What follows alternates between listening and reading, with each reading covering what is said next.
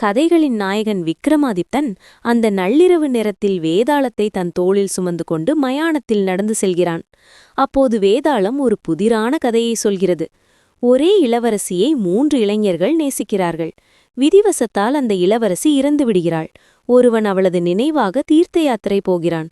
இன்னொருவன் அவள் எரிக்கப்பட்ட இடத்திலேயே தங்கி அவளுக்காக வாழ்கிறான். 3ஆமவனோ மந்திரம் கற்றுவந்து அவளுக்கு மீண்டும் உயிரையே கொடுக்கிறான். இப்போது வேதாளம் கேட்கிறது, மன்னவனே சொல், உயிர் பெற்று வந்த இளவரசி யாருக்கு சொந்தம் என்று. விக்ரமாதித்தன் மிக அழகாக பதில் சொல்கிறான். உயிர் கொடுத்தவன் தந்தையாகிறான், அவளது அஸ்தியை சுமந்தவன் மகனாகிறான். ஆனால் அவள் மறைந்த இடத்திலேயே அவளுக்காக தவம் இருந்தானே, அவன்தான் உண்மையான காதலன். எனவே அவனுக்கே அவள் சொந்தம் என்கிறான். விக்ரமாதித்தனின் இந்த தெளிவான அறிவார்ந்த தீர்ப்பை கேட்டதும் வேதாளம் மீண்டும் மரத்திற்கே பறந்து செல்கிறது. உண்மையான அன்பு என்பது தியாகத்தில் இருக்கிறது என்பதை இந்த சின்னஞ்சிறு கதை நமக்கு ஆழமாக உணர்த்துகிறது. நள்ளிரவின் அமைதியில் சுடுகாட்டுப் பாதையில் வேதாளத்தை தோளில் சுமந்து நடந்தார் மன்னர் விக்ரமாதித்தன். அப்போது வேதாளம் சிரித்துக்கொண்டே, மன்னனே, இன்று உன் புத்தியை சோதிக்க ஒரு புதிர்கதை என்று சொல்லி கதையைத் தொடங்கியது. ஒரு காலத்தில் உஜ்ஜயினி நகரில் ஒரு பெரும் திருடன் வாழ்ந்து வந்தான்.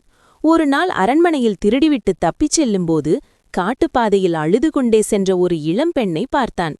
அவள் தன் விருப்பமில்லாத திருமணத்திலிருந்து தப்பித்து காதலனை சந்திக்கச் செல்கிறேன் என்று கூறினான். அவளின் நிலையை உணர்ந்த திருடன் காட்டின் அபாயங்களை எண்ணி அவளை பாதுகாப்பாக காதலனிடம் சேர்த்து விடுவதாகவும், அதற்கு பதிலாக திருமணம் முடிந்த பிறகு அவள் அணியும் முதல் நகையை தன்னிடம் தர வேண்டும் என்றும் வாக்குறுதி பெற்றான். அவளும் சம்மதித்தாள். திருடன் அவளை பாதுகாப்பாக சேர்த்தான். திருமணமும் நடந்தது. முதலிரவில் நடந்ததை அறிந்த கணவன் வாக்கு காப்பாற்றப்பட வேண்டும் என்று சொல்லி நகையுடன் அவளை திருடனை தேடி அனுப்பினான். நள்ளிரவில் காட்டுப்பாதையில் சென்றபோது ஒரு பசியுள்ள பூதம் அவளை வழிமறித்தது. அவள் தைரியமாக, நான் ஒரு வாக்கை காப்பாற்றச் செல்கிறேன், அதை முடித்துவிட்டு திரும்பி வந்து உனக்கே என்னை ஒப்படைக்கிறேன் என்றாள். அவளது உண்மை மனதைக் கண்டு வியந்த பூதம் அவளை விட்டுவிட்டது. இறுதியில் அவள் திருடனை சந்தித்து நகையை அளித்தாள். அவளது நேர்மையும் அவளது கணவனின் மனப்பான்மையும் அறிந்த திருடனின் மனம் முற்றிலும் மாறியது. உன் நேர்மைக்கு முன் என் திருட்டுத் தொழில் தோற்றுவிட்டது என்று சொல்லி அந்த நகையை மட்டுமல்லாமல் தான் அரண்மனையில் திருடிய அனைத்து நகைகளையும் அவளுக்கே கொடுத்து அனுப்பினான். கதையை முடித்த வேதாளம், இந்த கதையில் யாருடைய தியாகம் உயர்ந்தது என்று கேட்டது. அதற்கு விக்ரமாதித்தன், திருடனே மிகச்சிறந்தவன். அந்த பெண் வாக்கு கொடுத்ததால் அதை காப்பாற்றுவது அவளது கடமை. கணவன் ஒரு நகையை இழந்த நல்லவன். பூதம் ஒரு நொடியின் கருணையால் உயிரை விட்டது. ஆனால் திருடனோ திருட்டையே வாழ்க்கையாக கொண்டவன். அவன் கைக்கு வந்த செல்வத்தையும் தன் பழைய வாழ்க்கையையும் முழுமையாக துறந்து நல்ல மனிதனாக மாறினான்.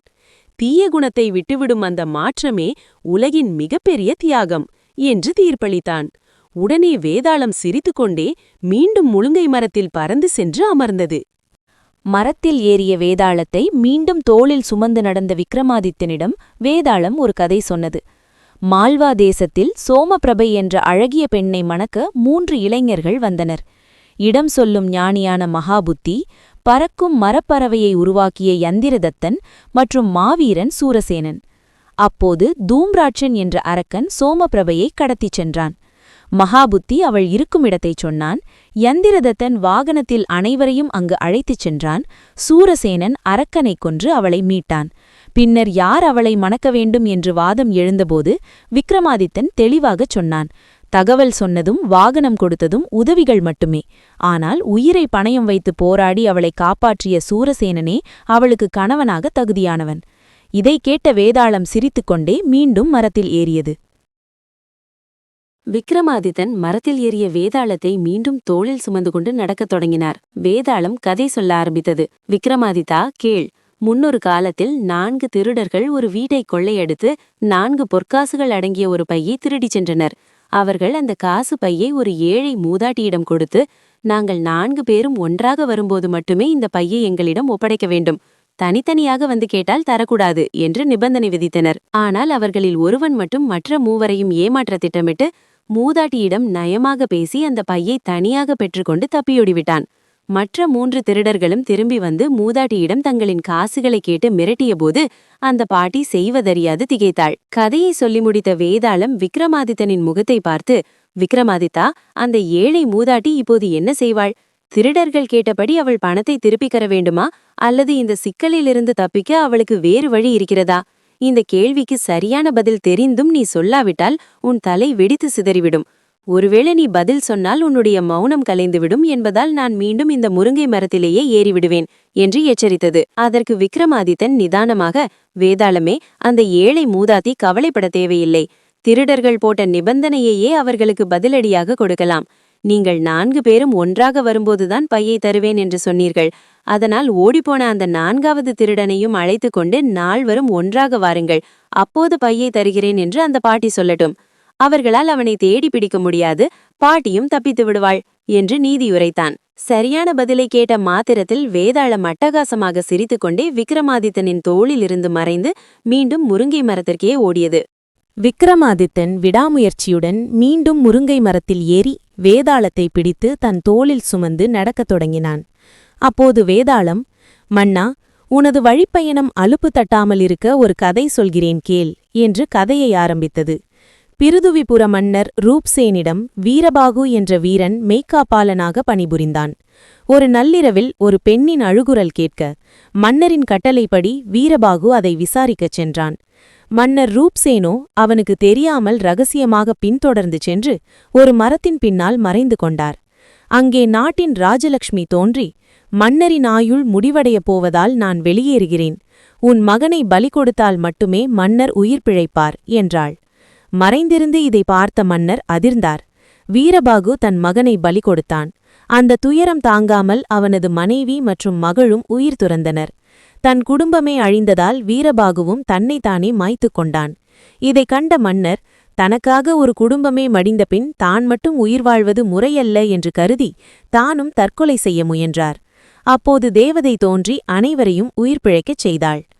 கதையை முடித்த வேதாளம், மன்னா, இதில் யார் செய்த தியாகம் பெரியது? விடை தெரிந்தும் சொல்லாவிட்டால் உன் தலை சிதறிவிடும். சொன்னால் நான் மீண்டும் மரத்திற்கே ஓடிவிடுதேன் என்றது. விக்ரமாதித்தன், மன்னரே பெரியவர். ஏனெனில் வீரபாகு தன் கடமையை செய்தான். ஆனால் மன்னர் ஒரு ஊழியனுக்காக தன் உயிரையே கொடுக்க துணிந்த அந்த தூய கருணையே பெரியது என்றான். பதில் சொன்னவுடன் வேதாளம் மீண்டும் மரத்திற்கே ஓடிச் சென்றது. விக்ரமாதித்தன் மீண்டும் வேதாளத்தை தன் தோள் மேல் தூக்கிட்டு மௌனமா நடந்து வராரு. அப்போ அந்த வேதாளம் ஒரு விசித்திரமான கதையை சொல்ல ஆரம்பிக்குது. தவளன் என்ற ஒரு வீரனும் அவனோட மனைவியும் நண்பனும் சேர்ந்து ஒரு காளி கோவிலுக்கு போறாங்க. அந்த பொண்ணு கல்யாணத்துக்கு முன்னாடி, எனக்கு ஆசைப்பட்ட மாதிரி கல்யாணம் நடந்தா உனக்கு இரத்த காணிக்கை தர்றேன்னு வேண்டிக்கிட்டா. கோவிலுக்குள்ள போன கணவன் தன் மனைவி கொடுத்த வாக்கை காப்பாத்த முடிவு பண்றான். வெறும் ரத்தத்தை கொடுக்கறத விட என் உயிரையே பலியா தர்றதுதான் வீரத்துக்கு அழகுன்னு நினைச்சு தன் தலையை தானே வெட்டி காளிக்கு பலி கொடுத்துடுறான்.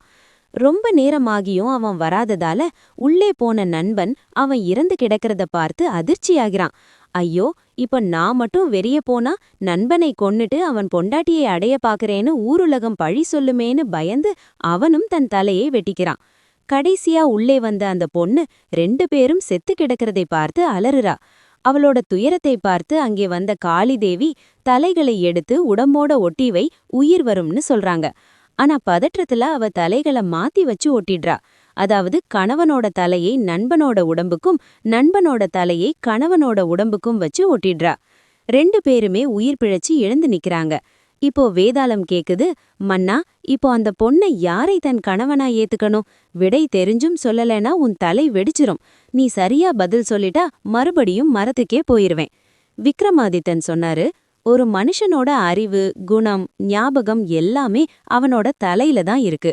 உடம்புங்கிறது வெறும் ஒரு கூடு மாதிரிதான். அதனால கணவனோட தலை எந்த உடம்புல ஒட்டி இருக்கோ அவர்தான் உண்மையான கணவன். ஏன்னா அந்த தலை தான் அவரோட மனசையும் பழைய நினைவுகளையும் சுமந்துகிட்டு இருக்கு. சரியான பதிலை கேட்டதும் வேதாளம் சிரிச்சுக்கிட்டே மறுபடியும் பறந்து போய் முருங்கை மரத்துல ஏறிக்கிச்சு. விக்ரமாதித்தன் மீண்டும் வேதாளத்தை பிடிச்சு தன் தோள் மேல் தூக்கிட்டு வராரு. அப்போ அந்த வேதாளம் ஒரு கதையை சொல்ல ஆரம்பிக்குது. முன்னொரு காலத்துல ஒரு காட்டுல 3 திருடர்கள் ஒரு புதையலை கண்டுபிடித்தனர். அதில் தங்க காசுகள் நிறைந்த ஒரு பானை இருந்தது. அதை மூவரும் சமமாக பிரித்து கொள்ள முடிவு செய்தனர். ஆனால் அதற்கு முன்னதாக மூவருக்கும் பசி எடுத்ததால் ஒருவன் மட்டும் உணவருந்த ஊருக்குள் சென்றான். மற்ற இருவர் புதையலை பார்த்து கொள்ள காட்டில் தங்கினர். அப்போதான் அந்த திருடர்களுக்கு பேராசை வருது. ஊருக்கு போனவன் மத்த 2 பேரையும் கொன்னுட்டு மொத்த புதையலையும் எடுக்கணும்னு சாப்பாட்டுல விஷம் கலந்து எடுத்துட்டு வரான். ஆனா இங்கே காட்டுல இருந்த 2 பேரும் அவன் வந்த உடனே அவனை கொன்னுட்டு ஆளுக்கு பாதியா பிரிக்கலான்னு திட்டம் போடுறாங்க. அவன் வந்த உடனே மத்த 2 பேரும் சேர்ந்து அவனை அடிச்சு கொன்னுடுறாங்க. அப்புறம் அவன் கொண்டு வந்த விஷ சாப்பாட்டை சாப்பிட்டு அவங்களும் அங்கேயே செத்து போறாங்க. அங்கே வந்த ஒரு தேவதை அங்கிருந்த ஒரு ஏழை விவசாயி, ஒரு புலவர், ஒரு வழிப்போக்கன், இவங்க 3 பேர்ல யாருக்கு இந்த புதையலை கொடுக்கலான்னு யோசிக்குது. கதைய சொல்லி முடிச்ச வேதாளம் கேக்குது, மன்னா இப்போ சொல்லு, அந்த தேவதை இந்த பொற்காசுகளை அந்த 3 பேர்ல யாருக்கு தரணும்? இந்த விடை தெரிஞ்சும் நீ சொல்லலைன்னா உன் தலை வெடிச்சிரும். நீ பதில சொல்லிட்டா நான் மறுபடியும் முருங்க மரத்துக்கே போயிருவேன் அப்படின்னு சொல்லுது. விக்ரமாதித்தும் நிதானமா சொன்னாரு, உழைக்காம வர்ற பணம் யாருக்கு போனாலும் கெடுதல்தான். அந்த விவசாயிக்கோ புலவருக்கோ கொடுத்தா அவங்க உழைப்பும் அறிவும் பாழாயிரும். அதனால அந்த புதையலை யாருக்கும் கொடுக்காம மறுபடியும் மண்ணிலேயே புதைச்சு வைக்கிறது தான் சரியான நீதி. விக்ரமாதித்தன் சரியான பதில சொன்னதுனால வேதாளம் சிரிச்சுக்கிட்டே மறுபடியும் பறந்து போய் மரத்துல ஏறிக்கிச்சு. விக்ரமாதித்தன் மரத்தில் ஏறிய வேதாளத்தை மீண்டும் தோளில் சுமந்து கொண்டு நடக்கத் தொடங்கினார். அப்போது வேதாளம் கதை சொல்ல ஆரம்பித்தது. விக்ரமாதித்தா, கேள். ஒரு நகரத்தில் ஒரு பெரிய திருடன் இருந்தான். அவன் ஒரு நாள் அரண்மனையில் திருடும்போது பிடிபட்டான். மன்னன் அவனுக்கு மரண தண்டனை விதித்தான். அந்த திருடனுக்கு ஒரு மகன் இருந்தான். அவன் மிகவும் அறிவாளி. தன் தந்தை சாகப்போவதை அறிந்த அந்த சிறுவன் மன்னனிடம் சென்று ஒரு வேண்டுகோள் வைத்தான். மன்னா, என் தந்தை இறப்பதற்கு முன் ஒரு ரகசிய வித்தையை எனக்கு கற்றுக் கொடுக்க விரும்புகிறார். அது தங்க பயிர் வளர்க்கும் வித்தை. அதை உங்கள் முன்னிலையில் செய்து காட்ட அனுமதி வேண்டும் என்றான். மன்னனும் சம்மதித்தான். சபை கூடியது. ஒரு தங்க ஊசியை கையில் வைத்திருந்த அந்த பையன் சொன்னான், மன்னா, இந்த தங்க ஊசி செடியாக வளர்ந்து தங்கத்தை விளைவிக்க வேண்டுமானால் ஒரு முக்கியமான நிபந்தனை இருக்கிறது. இதை நடுபவர் தன் வாழ்க்கையில் ஒருமுறை கூட திருடாதவராகவோ அல்லது திருட நினைக்காதவராகவோ இருக்க வேண்டும். அப்படிப்பட்டவர் நட்டால்தான் இது வளரும். நான் ஒரு திருடனின் மகன். அதனால் என்னால் முடியாது. மன்னா, நீங்கள் இதை நடுங்கள் என்றான். மன்னன் யோசித்தான். சிறுவயதில் நான் தெரியாமல் சில பொருட்களை எடுத்திருக்கிறேன் என்று கூறி பின்வாங்கினான். அடுத்து மந்திரி, தளபதி என ஒவ்வொருவரிடமும் கேட்டான் சிறுவன்.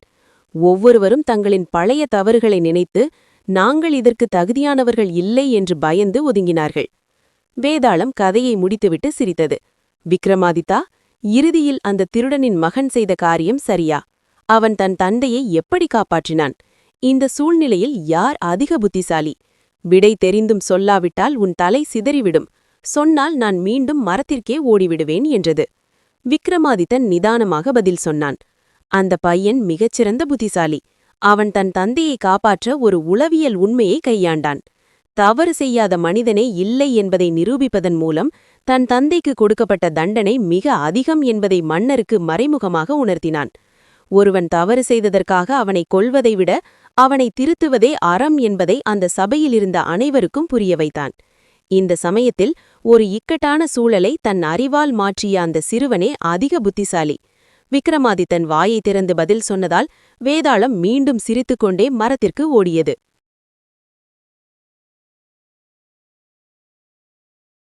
விக்ரமாதித்தன் மரத்தில் ஏறிய வேதாளத்தை மீண்டும் தோளில் சுமந்து கொண்டு நடக்கத் தொடங்கினார்.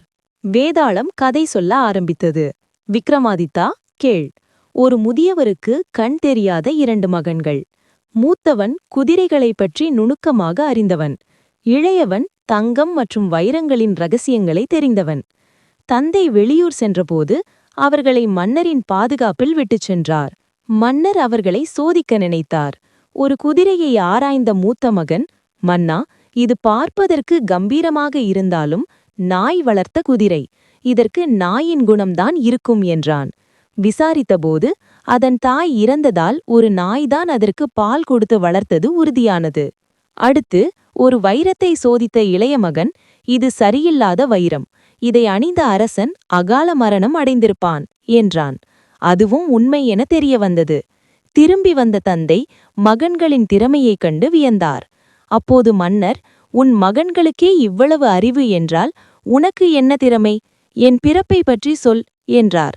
அதற்கு அந்த தந்தை யதார்த்தமாக, மன்னா, உமது நடையையும் நீர் தரும் வெகுமதியையும் பார்த்தால் நீர் ஒரு சலவை தொழிலாளிக்கு பிறந்தவர் என்பது தெரிகிறது என்று சபையிலேயே சொல்லிவிட்டார். கோபமடைந்த மன்னர் மூவரையும் துரத்தினார். ஆனால் தன் தாயிடம் விசாரித்தபோது அதுதான் உண்மை என அறிந்தார். இப்போது சொல் விக்ரமாதித்தா, அந்த தந்தை, மகன்கள் அல்லது மன்னர் இவர்களில் மிகப்பெரிய முட்டாள் யார்? விக்ரமாதித்தன் பொறுமையாக பதில் சொன்னான். வேதாளமே, அந்த மன்னன்தான் மிகப்பெரிய முட்டாள். ஒரு பொருளின் தன்மையையும் மனிதனின் குணத்தையும் துல்லியமாக கணிக்கும் 3 மேதைகள் ஒரு நாட்டிற்கு கிடைப்பது மிகப்பெரிய சொத்து. உண்மை கசப்பாக இருந்தாலும் அத்தகைய அறிவாளிகளை பயன்படுத்திக் கொள்ள தெரியாமல் வெறும் கோபத்தினால் அவர்களை துரத்திய மன்னனே முட்டாளாவான். மன்னர் மௌனம் கலைந்ததால் வேதாளம் மீண்டும் மரத்திற்கே ஓடியது. விக்ரமாதித்தன் மரத்தில் ஏறிய வேதாளத்தை மீண்டும் தோளில் சுமந்து கொண்டு நடக்கத் தொடங்கினார். வேதாளம் கதை சொல்ல ஆரம்பித்தது. விக்ரமாதித்தா, கேள். இன்று நான் உனக்கு ஒரு விசித்திரமான கதையை சொல்லப் போகிறேன். ஒரு தேசத்தின் மன்னனுக்கு 3 மனைவிகள் இருந்தனர். அவர்கள் மூவருமே உலகிலேயே மிக மென்மையானவர்கள். ஒரு நாள் முதல் மனைவி தன் தலையில் சூடியிருந்த தாமரை மலரின் மீது ஒரு வண்டு வந்து அமர்ந்த கணத்திலேயே அந்த பாரம் தாங்க முடியாமல் மயங்கி விழுந்தாள். 2வது மனைவியோ குளிர்ந்த நிலவு வெளிச்சம் தன் உடலில் பட்ட உடனேயே ஏதோ நெருப்பு பட்டது போல உடல் சிவந்து கொப்புளங்கள் ஏற்பட்டு துடித்தாள். ஆனால் 3வது மனைவிக்கோ அண்டை வீட்டில் உலக்கையால் தானியம் இடிக்கும் சத்தம் கேட்ட அதிர்வை உணர்ந்த மாத்திரத்திலேயே கைகளில் தழும்புகள் ஏற்பட்டு வீங்கி போனாள். இக்கதையை சொல்லி முடித்த வேதாளம், மன்னவனே, இந்த மூவரில் யார் உண்மையில் அதிக மென்மையானவள்? இதற்கு விடை தெரிந்தும் நீ சொல்லாவிட்டால் உன் தலை சிதறிவிடும். சொன்னால் நான் மீண்டும் மரத்திற்கே ஓடிவிடுவேன் என்றது. விக்ரமாதித்தன் அமைதியாக பதிலளித்தான். வேதாளமே, 3வது மனைவியே அதிக மென்மையானவள்.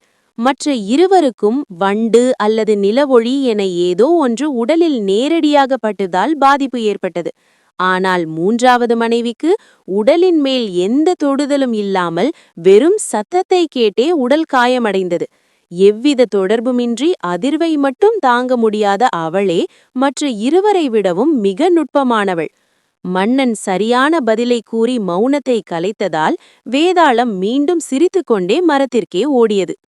விக்ரமாதித்தன் மரத்தில் ஏறிய வேதாளத்தை மீண்டும் தோளில் சுமந்து கொண்டு நடக்கத் தொடங்கினான். வேதாளம் கதை சொல்ல ஆரம்பித்தது. விக்ரமாதித்தா, ஒரு ஊரில் 4 உடன் பிறந்த சகோதரர்கள் இருந்தார்கள். அவர்கள் வாழ்க்கையில் பெரும் கஷ்டத்திலும் வறுமையிலும் வாடினார்கள். இப்படியே இருந்தால் நம் வாழ்வு முன்னேறாது, ஏதாவது கலைகளை கற்று வருவோம் என்று முடிவெடுத்தார்கள். நால்வரும் 4 திசைகளில் பிரிந்து சென்று வித்தைகளை கற்க புறப்பட்டனர். கிளம்பும் முன் சரியாக 1 வருடம் கழித்து நாம் 4வரும் இதே இடத்தில் மீண்டும் சந்திப்போம் என்று உறுதி கூறி பிரிந்தார்கள்.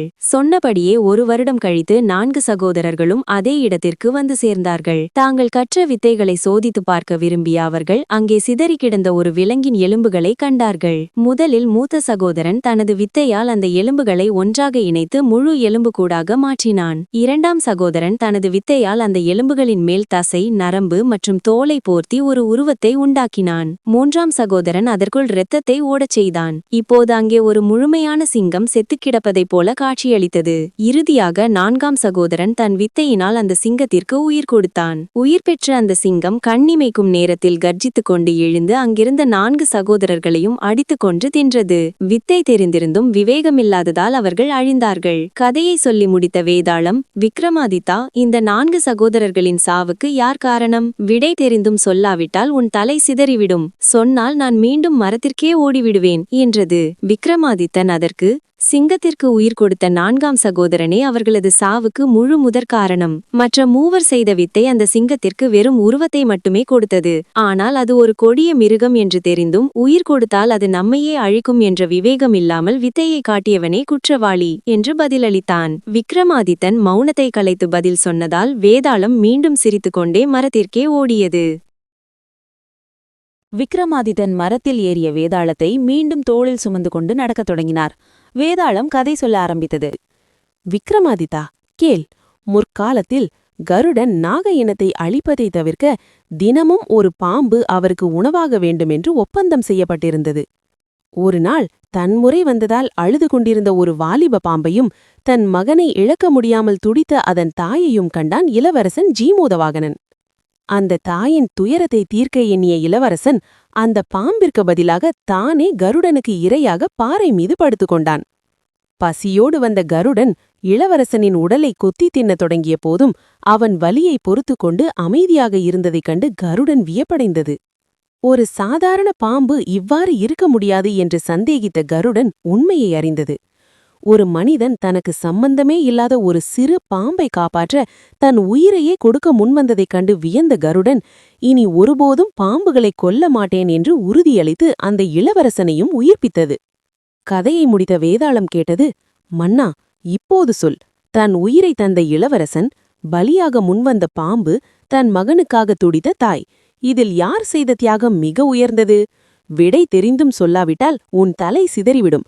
சொன்னால் நான் மீண்டும் மரத்திற்கே ஓடிவிடுவேன் என்றது.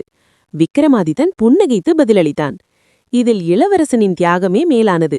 ஏனெனில் அந்த பாம்பும் அதன் தாயும் பாசத்தாலும் கடமையாலும் தியாகம் செய்ய முன்வந்தனர். ஆனால் இளவரசனோ தனக்கு சம்பந்தமே இல்லாத ஒரு அந்நிய உயிருக்காக தன் உயிரை தந்தான். இதுவே ஆகச்சிறந்த தியாகம். பதில் சொன்னதால் மௌனம் கலைந்தது. வேதாளம் மீண்டும் பறந்து முருங்கை மரத்திற்கே சென்றது. விக்ரமாதித்தன் மரத்தில் ஏறிய வேதாளத்தை மீண்டும் தோளில் சுமந்து கொண்டு நடக்கத் தொடங்கினார். வேதாளம் கதை சொல்ல ஆரம்பித்தது. விக்ரமாதித்தா, கேள். இடி முழக்கத்தோடு கொட்டி தீர்க்கும் பெருமழை. நள்ளிரவின் கடும் குளிரில் நடுங்கிக் கொண்டிருந்த ஒரு வேடன் அடர்ந்த காட்டிற்குள்ளிருந்த ஒரு பழைய மரத்தடியில் தஞ்சம் புகுந்தான்.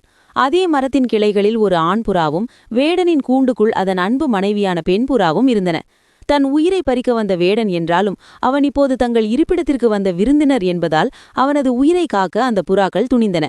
குளிரில் விரைத்து போன வேடனுக்காக அந்த ஆண்புறா காய்ந்த சருகுகளை சேர்த்து தீ மூட்டியது. ஆனால் பசியால் வாடிய வேடனுக்கு தர அங்கே உணவு ஏதுமில்லை. அடுத்த நொடி ஒரு மகத்தான தியாகத்தை செய்ய முடிவெடுத்த அந்த ஆண்புறா தன்னைத்தானே எரியும் தீயில் ஆகுதியாக்கிக் கொண்டது. இதை கண்ட வேடன் தன் தவறை உணர்ந்து கூண்டுக்குள் இருந்த பெண்புறாவை விடுவித்தான். ஆனால் தன் துணையை இழந்த துக்கத்தில் அந்த பெண்புறாவும் அதே தீயில் வீழ்ந்து உயிர் துறந்தது. ஒரு பறவையின் இத்தகைய பேரன்பை கண்டு உருகிய அந்த வேடன் அன்றோடு தன் கொடிய தொழிலை விட்டுவிட்டு ஒரு துறவியாக மாறினான். கதையை சொல்லி முடித்த வேதாளம், இதில் தியாகியார்? விடை தெரிந்தும் சொல்லாவிட்டால் உன் தலை சிதறிவிடும். சொன்னால் நான் மீண்டும் மரத்திற்கே ஓடிவிடுவேன் என்றது. விக்ரமாதித்தன் பொறுமையாக பதில் சொன்னார். பிறவியிலேயே கருணை கொண்ட புறாக்களின் தியாகத்தை விட பல உயிர்களை கொன்ற ஒரு பாவி தன் தவறை உணர்ந்து நல்வழியில் திரும்பிய அந்த மனமாற்றமே உலகிலேயே மிகப்பெரிய தியாகமாக கருதப்படுகிறது. விக்ரமாதித்தன் மௌனத்தை கலைத்து பதில் சொன்னதால் வேதாளம் மீண்டும் சிரித்துக்கொண்டே மரத்திற்கே ஓடியது. விக்ரமாதித்தன் மரத்திலேறிய வேதாளத்தை மீண்டும் தோளில் சுமந்து கொண்டு நடக்கத் தொடங்கினார். வேதாளம் கதை சொல்ல ஆரம்பித்தது. விக்ரமாதித்தா, கேள். ஓர் அரண்மனையில் 3 இளைஞர்கள் தங்கியிருந்தனர். அவர்கள் ஒவ்வொருவரும் ஒரு விஷயத்தில் தங்களை மிகப்பெரிய சுகவாசி என்று நிரூபித்தார்கள். முதல் சுகவாசி தனக்கு தரப்பட்ட அறுசுவை உணவில் பிணத்தின் வாடை அடிப்பதாக கூறினான். ஆராய்ந்து பார்த்தபோது அந்த நெல் விளைந்த வயலுக்கு அருகில் சுடுகாடு இருந்தது உறுதியானது. அவனது நுகரும் திறன் அனைவரையும் வியக்க வைத்தது. 2ஆம் சுகவாசி ஒரு பெண்ணின் உடலில் ஆட்டுக்குட்டியின் வாசம் வீசுவதாக சொன்னான். விசாரித்ததில் அவள் சிறுவயதில் ஆட்டுப்பால் குடித்து வளர்ந்தவள் என தெரிந்தது. அவனது நுட்பமான அறிவு அனைவரையும் திகைக்க வைத்தது. 3ஆம் சுகவாசி 7 மெத்தைகளை ஒன்றன் மேல் ஒன்றாக அடுக்கி அதன் மேல் படுத்தும் நள்ளிரவில் வலியால் துடித்தான். மெத்தைகளை அகற்றி பார்த்தபோது 7வது மெத்தைக்கு அடியில் ஒரு சிறிய தலைமுடி இருந்தது. அந்த ஒரு முடியின் சிறு உராய்வு கூட அவன் உடலை வாட்டியது. வேதாளம் கேட்டது, மன்னா, இந்த மூவரில் சிறந்த சுகவாசி யார்? விடை தெரிந்தும் சொல்லாவிட்டால் உன் தலை சிதறிவிடும். சொன்னால் நான் மீண்டும் மரத்திற்கே ஓடிவிடுவேன் என்றது. விக்ரமாதித்தன் நிதானமாக பதிலளித்தான். 3ஆம் இளைஞனே சிறந்த சுகவாசி. ஏனெனில் முதல் இருவரும் மோப்பசக்தியாலும் ஊகத்தாலும் விஷயங்களை கண்டறிந்தனர். ஆனால் 7 மெத்தைகளுக்கு அடியில் இருந்த ஒரு சிறு முடியை தன் மென்மையான உடலால் உணர்ந்து தழும்பு ஏற்படும் அளவிற்கு துடித்தானே, அவனே உண்மையான சுகவாசி. விக்ரமாதித்தன் சரியான பதிலை சொன்னவுடன் வேதாளம் மீண்டும் சிரித்துக்கொண்டே முருங்கை மரத்தில் ஏறிக்கொண்டது. விக்ரமாதித்தன் மரத்தில் ஏறிய வேதாளத்தை மீண்டும் தோளில் சுமந்து கொண்டு நடக்கத் தொடங்கினார். வேதாளம் கதை சொல்ல ஆரம்பித்தது. விக்ரமாதித்தா, கேள். ஒரு நாட்டில் மிகுந்த தவ வலிமை கொண்ட முனிவர் ஒருவர் வாழ்ந்து வந்தார். அவர் ஒரு அபூர்வமான மந்திர குளிகையை உருவாக்கினார். அந்த குளிகையை வாயில் அடக்கிக் கொண்டால் ஒரு மனிதன் மற்றவர் கண்களுக்கு தெரியாமல் மறைந்துவிடும் ஆற்றலை பெறுவான். அந்த முனிவர் நாட்டின் நலன் கருதி அந்த குளிகையை மன்னனிடம் ஒப்படைத்தார். மன்னா, இது நாட்டின் பாதுகாப்புக்கும் எதிரிகளின் ரகசியங்களை அறியவும் மட்டுமே பயன்பட வேண்டும். இதை மிக ஜாக்கிரதையாக பாதுகாத்து வா என்று கூறிச் சென்றார். மன்னனும் அதை தன் அந்தப்புரத்தின் ரகசிய பெட்டகத்தில் வைத்திருந்தான். ஆனால் அந்த நாட்டின் இளவரசன் மிகவும் துடுக்குத்தனம் மிக்கவனாக இருந்தான். அவன் தற்செயலாக தன் தந்தை குளிகையை மறைத்து வைத்திருப்பதை பார்த்துவிட்டான். அவனுக்கு பக்கத்து நாட்டு இளவரசி மேல் தீராத காதல் இருந்தது. அவளை நேரில் காண பல முறை முயற்சி செய்தும் அந்த நாட்டு பாதுகாப்பு வளையத்தை தாண்டி அவனால் செல்ல முடியவில்லை. எனவே ஒருநாள் நள்ளிரவில் தன் தந்தையின் ரகசிய பெட்டகத்தை திறந்து அந்த மந்திர குளிகையை திருடினான். அதை வாயில் அடக்கிக் கொண்டு கண்ணுக்கு தெரியாத உருவமாக மாறி எல்லைகளை கடந்து அண்டை நாட்டு இளவரசியின் அந்தப்புரத்திற்குள் நுழைந்தான். அங்கு சென்றவன் மந்திர குளிகையை வாயிலிருந்து எடுத்துவிட்டு தன்னை ஒரு தேவன் என்று பொய்யாக கூறி இளவரசியை நம்ப வைத்தான். அவளும் அவன் அழகில் மயங்கி இரகசியமாக மனம் புரிந்து கொண்டாள். இருவரும் பல நாட்கள் அங்கேயே மறைந்து வாழ்ந்தனர். ஒரு நாள் இரவு இளவரசன் ஆழ்ந்த உறக்கத்தில் இருந்தபோது அவன் வாயிலிருந்த குளிகை எதிர்பாராத விதமாக நழுவி தரையில் விழுந்தது. மறுநாள் காலை அவன் உருவம் வெளிப்பட்டதைக் கண்ட காவலர்கள் அவனை ஒரு ஒற்றன் என்று கருதி பிடித்து சிறையில் அடைத்தனர். விஷயம் தெரிந்த மன்னன் மிகுந்த அவமானமடைந்தான். கதையை முடித்த வேதாளம், விக்ரமாதித்தா, இப்போது சொல், இந்த அவமானத்திற்கும் குழப்பத்திற்கும் உண்மையான காரணம் யார்? மந்திரத்தை கொடுத்த முனிவரா, திருடிச் சென்ற இளவரசனா, அல்லது ஏமாந்த இளவரசியா? விடை தெரிந்தும் சொல்லாவிட்டால் உன் தலை சிதறிவிடும். சொன்னால் நான் மீண்டும் மரத்திற்கே ஓடிவிடுவேன் என்றது. விக்ரமாதித்தன் அமைதியாக, வேதாளமே, இந்த குழப்பத்திற்கு முழுமுதற் காரணம் மன்னன்தான். ஒரு நாட்டின் அரசன் என்பவன் நாட்டின் ரகசியங்களையும் அபூர்வ சக்திகளையும் உயிரை விட மேலாக பாதுகாக்க வேண்டும். தன் மகன் எத்தகையவன் என்பதை உணராமல் ஒரு நாட்டின் பாதுகாப்பிற்காக கொடுக்கப்பட்ட ஆயுதத்தை ஒரு சிறுவன் எடுக்கும் வகையில் அஜாக்கிரதையாக வைத்திருந்தது அரசனின் நிர்வாகத் தவறு. விக்ரமாதித்தன் மௌனத்தை கலைத்து பதில் சொன்னதால் வேதாளம் மீண்டும் சிரித்துக்கொண்டே மரத்திற்கே ஓடியது. விக்ரமாதித்தன் மரத்தில் ஏறிய வேதாளத்தை மீண்டும் தோளில் சுமந்து கொண்டு நடக்கத் தொடங்கினார். வேதாளம் கதை சொல்ல ஆரம்பித்தது. விக்ரமாதித்தா, கேள். ஒரு நாட்டில் பெரும் திருடன் ஒருவன் இருந்தான். அவன் செய்த குற்றங்களுக்காக மன்னர் அவனுக்கு மரண தண்டனை விதித்தார். அவன் கழுமரம் ஏற்றப்படப் போகிறான் என்ற செய்தி கேட்டு அந்த நாட்டு இளவரசி ஓடி வருகிறாள். எதிர்பாராத விதமாக அந்த திருடன் மேல் காதல் கொண்ட அவள், திருடனானாலும் இவனைத்தான் மணப்பேன், இல்லையேல் உயிரை விடுவேன் என அடம்பிடிக்கிறாள். இந்த செய்தியை கேட்ட அந்த திருடன் சாகும் தருவாயில் விசித்திரமாக நடந்து கொள்கிறான். அவன் கண்கள் கலங்கி விம்மி விம்மி அழுகிறான். ஆனால் அடுத்த சில நொடிகளிலேயே யாவரும் வியக்கும்படி கலகலவென நகைக்கிறான். அவனது அழுகையும் சிரிப்பும் அங்கிருந்தவர்களை குழப்பத்தில் ஆழ்த்தியது. கதையை முடித்த வேதாளம் விக்ரமாதித்தனின் முகத்தை பார்த்து சவாலிடுகிறது. விக்ரமாதித்தா, மரணம் முன்னால் நிற்கும்போது ஒருவனுக்கு அழுகை வருவது இயல்பு. ஆனால் அவன் எதற்காக சிரித்தான்? விடை தெரிந்தும் சொல்லாவிட்டால் உன் தலை சிதறிவிடும். சொன்னால் நான் மீண்டும் மரத்திற்கே ஓடிவிடுவேன். விக்ரமாதித்தன் நிதானமாக பதிலளிக்கிறான். வேதாளமே, கேள். அந்த திருடன் அழுததற்குப் பின்னால் ஒரு தீராத ஏக்கம் இருந்தது. ஒரு இளவரசி தன் மீது இவ்வளவு அன்பு வைத்திருக்கிறாளே, அவளுக்கு ஒரு கணவனாக வாழ முடியாமல், அவளது அன்புக்கு பிரதிபலன் செய்ய முடியாமல் சாகப் போகிறோமே என்ற ஆற்றாமையில் அழுதான். ஆனால் அவன் சிரித்ததற்கு காரணம் ஒரு ஏளனம். ஒரு நாட்டை ஆளப்போகும் இளவரசிக்கு ஒரு வீரன் யார், விவேகி யார் என பகுத்தறிய தெரியவில்லையே. ஒரு திருடன் மீது காதல் கொண்டு தன் வாழ்வை அழித்துக் கொள்ள துணிகிறாளே, இந்த பெண்ணின் புத்தி இவ்வளவுதானா என நினைத்து அவன் எள்ளி நகையாடினான். விக்ரமாதித்தன் சரியான பதிலை சொன்னவுடன் வேதாளம் மீண்டும் சிரித்துக்கொண்டே முருங்கை மரத்தில் ஏறிக்கொண்டது. விக்ரமாதித்தன் மரத்தில் ஏறிய வேதாளத்தை மீண்டும் தோளில் சுமந்து கொண்டு நடக்கத் தொடங்கினார். வேதாளம் கதை சொல்ல ஆரம்பித்தது. விக்ரமாதித்தா, கேள். ஒரு நாட்டில் குணசீலன் என்ற மன்னன் ஆண்டு வந்தான். அவன் ஒரு முறை காட்டில் வேட்டையாடச் சென்றபோது வழி தவறி ஒரு முனிவரின் ஆசிரமத்திற்குச் சென்றான். அங்கே அந்த முனிவரிடம் ஒரு அபூர்வமான பழம் இருந்தது. அதை சாப்பிடுபவர்களுக்கு இளமை மாறாது என்றும் நீண்ட ஆயுள் கிடைக்கும் என்றும் முனிவர் கூறினார். அந்த பழத்தை அவர் மன்னனுக்கு பரிசாக அளித்தார். மன்னன் அதை தன் நாட்டிற்கு எடுத்து வந்து தான் மட்டும் சாப்பிடுவதற்கு பதிலாக தன்மீது மிகுந்த அன்பு கொண்ட தன் மனைவியான அரசியிடம் கொடுத்தான். ஆனால் அந்த அரசியோ அந்த நாட்டின் தலைமை படை தளபதியை இரகசியமாக நேசித்து வந்தாள். அவள் அந்த பழத்தை அந்த தளபதியிடம் கொடுத்தாள். தளபதியோ தான் காதலித்த ஒரு தாசியிடம் அந்த பழத்தை கொடுத்தான். ஆனால் அந்த தாசி மிக உயர்ந்த குணம் கொண்டவள். அவள் நினைத்தாள், நான் ஒரு தாசி, நான் நீண்ட காலம் வாழ்ந்து என்ன பயன்? நம் மன்னர் நீடூழி வாழ்ந்தால்தான் இந்த நாடு சிறப்பாக இருக்கும் என்று கருதி மீண்டும் அந்த பழத்தை மன்னனிடமே கொண்டு போய் ஒப்படைத்தாள். பழம் சுழன்று மீண்டும் தன்னிடமே வந்ததைக் கண்டு அதிர்ச்சியடைந்த மன்னன் உண்மையை விசாரித்து அறிந்தான். தன் மனைவியின் துரோகத்தை எண்ணி வருந்தியவன் நாட்டை துறந்து துறவியாக போக முடிவு செய்தான். இப்போது என் கேள்வி இதுதான் மன்னா, இந்த சம்பவத்தில் யார் அதிக குற்றவாளி? மனைவியா, தளபதியா அல்லது அந்த தாசியா? விடை தெரிந்தும் சொல்லாவிட்டால் உன் தலை சிதறிவிடும். சொன்னால் நான் மீண்டும் மரத்திற்கே ஓடிவிடுதேன் என்றது. விக்ரமாதித்தன் நிதானமாக பதிலளித்தான். வேதாளமே, இதில் அதிக குற்றவாளி அந்த மன்னன்தான். ஏனெனில் ஒரு நாட்டின் அரசனாக இருப்பவன் தன் மனைவியின் குணத்தையோ தன் அதிகாரிகளின் போக்கையோ சரியாக கணிக்க தவறிவிட்டான். அவன் தன் குடும்பத்தின் மீதும் அதிகாரத்தின் மீதும் வைத்த கண்மூடித்தனமான நம்பிக்கைதான் இந்த சீரழிவுக்கு காரணம். ஒரு அரசன் எல்லாவற்றையும் தீர விசாரித்து அறியும் விழிப்புணர்வுடன் இருக்க வேண்டும். அந்த விழிப்புணர்வு இல்லாததே மிகப்பெரிய குற்றம். விக்ரமாதித்தன் சரியான தீர்ப்பை சொன்னவுடன் வேதாளம் மின்னல் வேகத்தில் மீண்டும் முருங்கை மரத்திற்கே சென்று ஏறிக்கொண்டது. இதுவரை வேதாளம் கேட்ட புதிர்களுக்கு விக்ரமாதித்தன் விடை சொல்ல வேதாளம் தப்பித்துக் கொண்டே இருந்தது. பதில் தெரிந்தும் சொல்லாவிட்டால் தலை வெடிக்கும் என்ற நிபந்தனையால் அவர் பதில் சொல்லி வந்தார். ஆனால் இப்போது நாம் பார்க்க போகும் கடைசி புதிரில் ஒரு பெரிய திருப்பம்.